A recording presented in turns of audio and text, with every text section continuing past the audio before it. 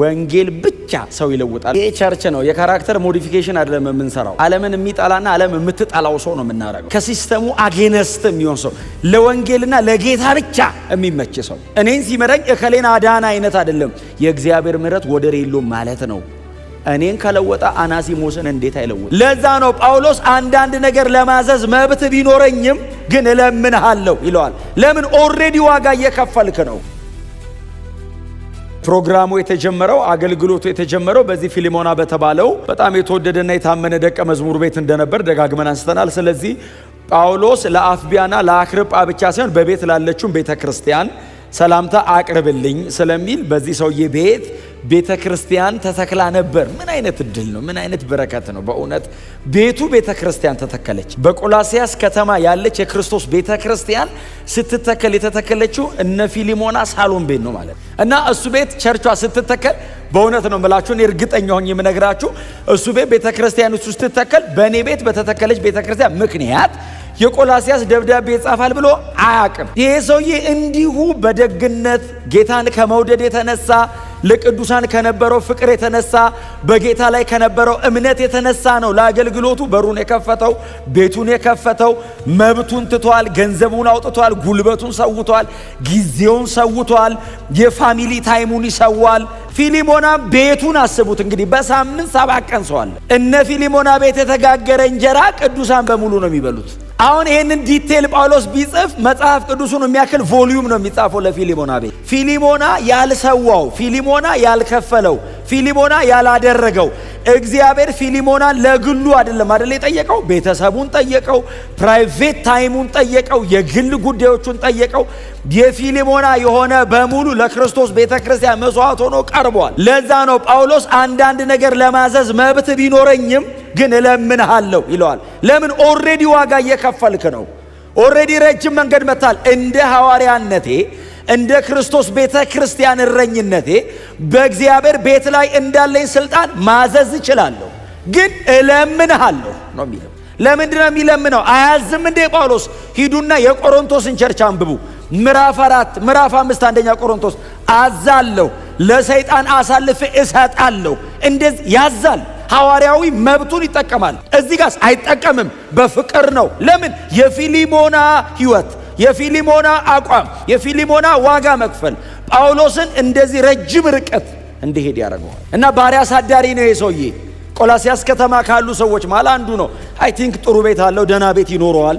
ቤተ ክርስቲያን እሱ ቤት ያለችው እና ባሪያ አሳዳሪ ነው ማለት ባሮች አሉት ማለት ነው። እና ከነበሩት ባሮች መካከል ይሄ ደብዳቤ እንዲጻፍ ምክንያት የነበረው ባሪያ አናሲሞስ ይባላል። እና አናሲሞስ የፊሊሞና ባሪያ ሆኖ ሳለ እንግዲህ ገንዘብ ነገር ሳይሰርቅ አልቀረም። ምክንያቱም ዕዳ ቢኖርበት እኔ እከፍላለሁ ይላል። አይዟችሁ በጌታ ነው። አይዟችሁ ትዝ አይበላችሁ የድሮ።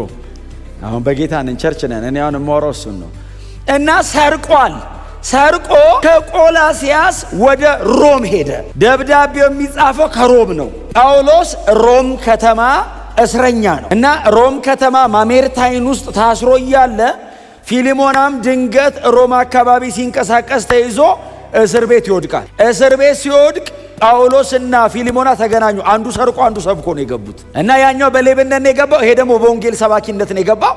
ጳውሎስ ሲያገኘው ጳውሎስ ደግሞ ታውቃላችሁ ምንም አይመርጥም። ነፍስ ገሎ የሚግባ ሰርቆ የሚግባ ዝም ብሎ የሚግባ ካገኘው ወንጌል ነው የሚሰብከ እና ቁጭ አድርጎ ወንጌል ሲሰብካቸው አናሲሞስ ወደ ጌታ መጣ። ኢየሱስ ክርስቶስን እቀበለዋለሁ አለ። ትቀበለዋለህ? አዎ የህይወቴ ጌታና ዳኛ አድርጌ እቀበለዋለሁ አለ። እኔም በኋላ ጥሪ ያደርጋለሁ ሲል በቃ ጌታን አስቀበለው።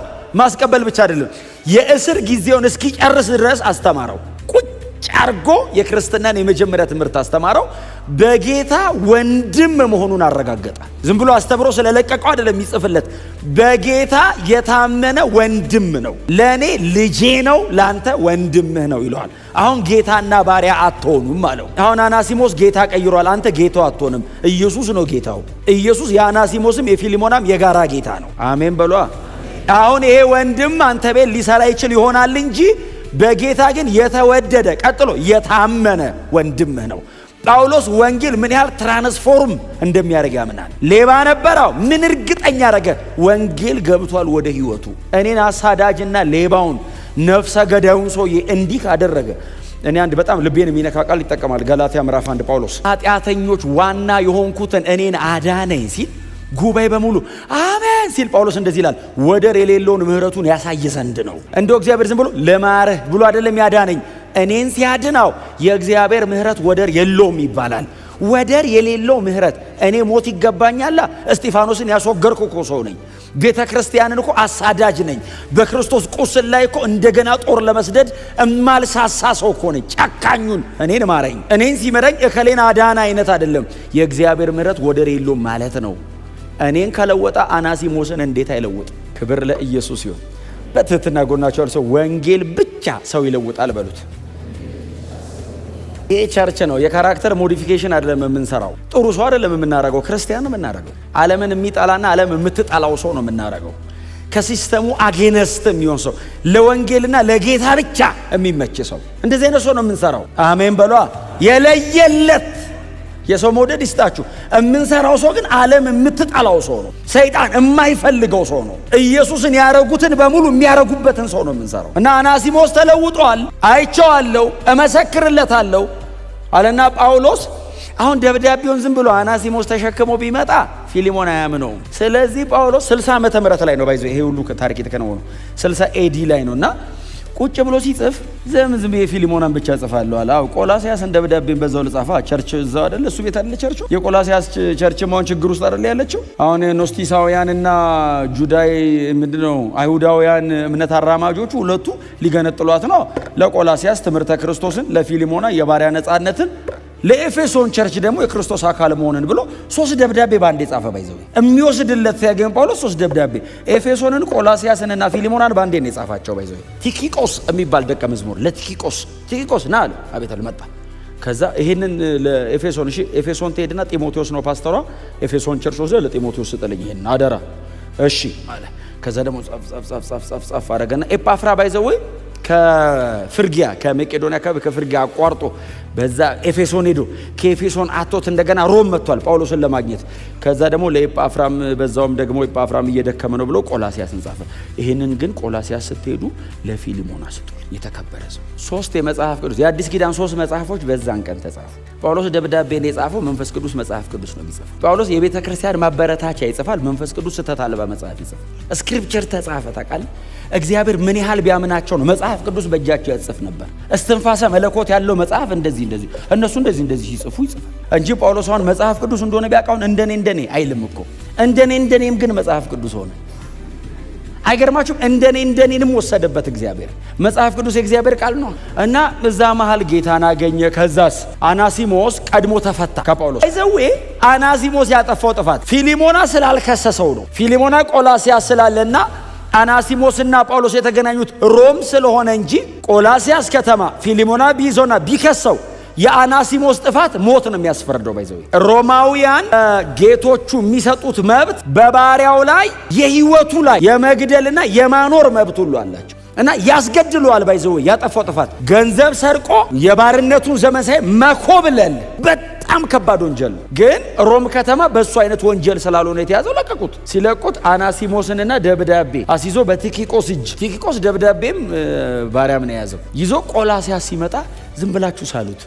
አሁን ዘንድሮ ቢሆን ቀድመ በስልክ ትናገራለህ። ልክ ይዋል የጻፍኩትም ነገር አለ አንብብ። ያኔ ስልክ የለም። ደብዳቤውና አናሲሞስ እኩል ነው የደረሱት። አሁን ፊሊሞና ምንድነው የሚለው ሲያየው ዘሎ ሊያንቀው ሲል ቆይ ከባሪያው በፊት ደብዳቤ የፊሊሞና መልእክት ተልኮላል። ማን የላከው ሲል ሐዋርያው ቅዱስ ጳውሎስ የት ነው ያለው? ጳውሎስ ሮም። ታዲያ ከዚህ ወንበዴ ጋር ምን አገናኘው? ጳውሎስና አናሲሞስ ተገናኝተው ነበር እስር ቤት። ከዛስ ጳውሎስ ለአናሲሞስ ወንጌል ሰበከው። ከዛስ ይሄ ወንበዴ የምትለው ሰውዬ በጌታ ነው። አሁን ጌታን ተቀብሏል። አዎ እስቲ ደብዳቤውን አምጣ። ፊሊሞና ፊት ለፊቱ ቆሞ አናሲሞስ ፊት ለፊቱ ቆሞ ፊሊሞና ያነበዋል ደብዳቤውን። አሁን እኛ ቀድመን ስላነበብ ነው ያነበበ። ስለዚህ ማድረግ የሚገባ እንድታደርግ አዝ ዘንድ በክርስቶስ ድፍረት ይኖረኝም። አይ ቲንክ ፊሊሞና ጥሩ ክርስቲያን፣ እውነተኛ ደቀ መዝሙር፣ ፈገግ ብሎ ነው የሚያነበው፣ እንደኛ አይናደድም። በፍቅር እለምንሃለሁ ሲለው ጳውሎስን ፊሊሞና ቪዥዋላይዝ ያደርገዋል። ያንን የሚያክል አስፈሪ ሐዋርያ፣ ያ ትልልቅ ከተሞችን የሚያንቀጠቅጥ አገልጋይ፣ የሮም ቄሳሮች ፊቱ መቆም የማይችሉት በሰንሰለት ወንጌል የሚሰብክ ታላቅ አገልጋይ እለምንሃለሁ። አይ ቲንክ የሚቀጥሉትን ቁጥሮች ፊሊሞና በእንባ ነው የሚያነባቸው። ጳውሎስ ነው የሚለምነኝ፣ በፍቅር ነው የሚለምነኝ። እንደው ዝም ብሎ ልመና ሳይሆን ከፍቅር የመነጨ ነው ይሄ ልመና። ርኅራኄ ውስጡ አለው። ይህንን ባሪያ ያለ ዕዳ ትተወው ዘንድ አይደለም የሚለው፣ ፍርደኛ አታረገው ነው የሚለው። ዕዳውን ማን ይከፍላል? ዕዳን እኔ ያለው ግን ተቀበለው በፍቅር እለምንሃለሁ ብሎ በጣም የሚያሳዝኑ ቃላት ይጠቀማል። እንግዲህ ሽማግሌ አሁን ደግሞ የክርስቶስ ኢየሱስ እስር የሆነው እኔ ጳውሎስ ይላል እና he was aged እና ደግሞ በየከተማው በጣም እየተቀጠቀጠ ነው የሚያገለግለውና እኔ ሽማግሌ ነኝ አለ። አይ ሪሜምበር አስታውሳለሁ እኔና ጳውሎስ የተገናኘነው ቆይቷል ትንሽ ይላል ፊሊሞና። ትንሽ ቆይቷል። ጳውሎስ ቆላሲያስ መጥቶ አያውቅም። የቆላሲያስን ቸርች የተከላት ኤጳፍራ ስለሆነ ፊሊሞና ምናልባት ጳውሎስን ሊያገኘው የሚችለው ኤፌሶን ነው። ጳውሎስ ደግሞ ኤፌሶን የነበረው ደግሞ ትንሽ ቆየት ብሏል። ስለዚህ አስታውሳለሁ እስካሁንማ ጳውሎስ በጣም ያረጃል። እኔ ሽማግሌ ነኝ አለ። አሁን ደግሞ የክርስቶስ እስር ነኝ። በዚህ ዕድሜ ታስሬ ነው ያለሁት። ወንድሜ ሆይ እኔና አንተ ለዳንበት ለተቀበልነው ወንጌል አሁን እኔ እስረኛ ነኝ። አሁን በዚህ ዕድሜ በጣም ብዙ ነገሮች ነበሩ ሊሆኑልኝ የሚገባው፣ ግን ስቲል ግን እስር ነኝ። ፊሊሞና በጣም ልቡ ይነካል፣ ያዝናል። አሁን የሚያዝነው በአናሲሞስ ምናምን ጉዳይ አይደለም፣ ጳውሎስን ያስበዋል።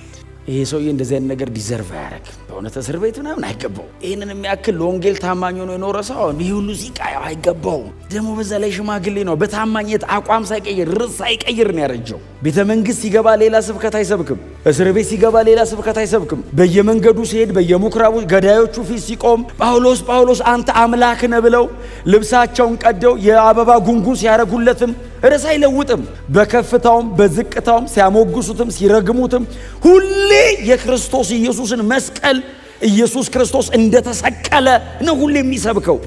በእንደዚህ አይነት ታማኝነት ለነዚህ 30 ምናምን ዓመታት ፌዝፉል ሆኖ ዘንድሮ ማገልገል ከባድ ነው። 30 ምናምን ዓመት እንኳን እየታደኑ በሚገደሉበት በሮማውያኑ ዘመን ክርስቲያንን መግደል እንደ ክብር በሚቆጠርበት ክርስቲያን መሆን ብቻ ወንጀል በሆነበት ዘመን ላይ ስለ ክርስቶስ ኢየሱስ ስለ መሰቀሉ የዘላለም ሕይወት ስለመሆኑ እየሰበኩ ታማኝ ሆኖ መኖር እስር አይገባውም ነበር ይላል ፊሊሞና። እኔ ቆላሲያስ እንደዚህ በአማረ ቤቴ ተቀምጬ ቤተ ክርስቲያን በርግጥ አለች እኛ መሃል እንደዚህ በነፃነት እየጸለይን እነሱ ከተማ ወንጌል ለመሰበኩ ምክንያት በተዘዋዋሪ ጳውሎስ ነው። ኤጳፍራ ወደ ጌታ ባይመጣ ቆላሲያስ ወንጌል አይሰበክም። ስለዚህ እኛ ከተማ ወንጌል ለመሰበኩ ምክንያት ሽማግሌ ነው። ኤጳፍራ ወደ ጌታ ለመምጣቱ እኛም ለመዳናችን በቤታችንም ወንጌል ለመጽናቱ ምክንያቱ ይሄ ሰው ነው። አሁን ሲጽፍለት ሽማግሌ ነኝ አለው። አርጅቻለሁ፣ ኤጅድ ነኝ፣ ወደ ጌታ ልሄድ ነው እኮ ነው። ሜጄ ቀርበዋል። ቀጥሎስ ስቲል ግን ስለ ወንጌል ታስሬያለሁ። የክርስቶስ እስር ነኝ። ወንጀል ሰርቼ አይደለም፣ የክርስቶስ እስር። ይሄንኑ ቃል እንደነ ኤፌሶን ምዕራፍ 4 ላይ የክርስቶስ እስረኛ የሆንኩ እኔ ይላል። የክርስቶስ እስረኛ የሆንኩ እኔ ማለት በክርስቶስ የተያዝኩ ማለት ብቻ አይደለም ትርጉሙ። ስለ ወንጌል ተብሎ ወንጌል እስር ቤት የመረጠልኝ ሰው ነኝ ነው። ለአንተ ቆላሲያስን መርጦልሃል፣ ለእኔ ደግሞ ሮም ከተማ እስር ቤት መርጦልኛል እና በእስር ስለወለድኩት ይለዋል። ከዛ መጣ ወደ ዋናው ጉዳይ። ሁኔታውን ካስረዳው በኋላ የአናሲሞስን ልብ ካቀለጠ በኋላ በእስር ስለወለድኩት ስለ ልጄ ስለ አናሲሞስ እነዚህን ቃላቶች ይጠቀማቸዋል። ልጄ የሚል ቃል ቲቶን ብሎታል። ጢሞቴዎስን በእምነት እውነተኛ መንፈሳዊ ልጄ፣ ቆሮንቶሶችን በጌታ የወለድኳችሁ ይላል እና ይሄንን መብት ጳውሎስ ይጠቀመዋል እዚህም ልጅ ላይ። በእስር ስለወለድኩት ስለ ልጄ ስለ አናሲሞስ እለምንሃለሁ። እግዚአብሔር እንደዚህ አይነት ልብ ይስጠን። ኢየሱስ ስለ እኔ በአብ ፊት ቆሞ ይለምናል። ስለ ጳውሎስ ኢየሱስ ይለምንለታል። እባክህ ጳውሎስን ይሏል። ጳውሎስ ደግሞ መሬት ቆሞ እባካችሁ አናሲሞስን ተቀበሉልኝ፣ እኔ ተምሬያለሁ፣ ማሩልኝ። እኔን ይቅር ብሎኝ ነው ያቆመኝ። የሰራውን ስራ ባይዞ የጳውሎስ ራሱ ስላወቀ ይጽፋል። ባሪያ ነው አልክድም፣ ጥፋት አጥፍቷል አልክድም፣ ኮብልሏል ካንተ አልክድም። አሁን ግን የተወደደ ነው። አሁን በክርስቶስ ኢየሱስ በኩል ካየኸው እጅግ የተወደደ ነው። እባክህ ልለምንህ ተቀበለው። አንተን ኢየሱስ ተቀብሏል። ተቀበለው። አንተም ምሕረት አድርግለት። ያስገድለዋል ጉዳዩ። አይ ቲንክ ፊሊሞና ውስጥ የሚንተከተክ ነገር ሊኖር ይችላል። ጳውሎስ ያችን የምትንተከተክ ነገር እየለመነ ይገላታል። ይህንንማ እኮ ማሳሰር አለብኝ ሲል እለምንሃለሁ አንተን ይቅር ብሎ የለ እንደ ይለዋል። ይቅር በለዋ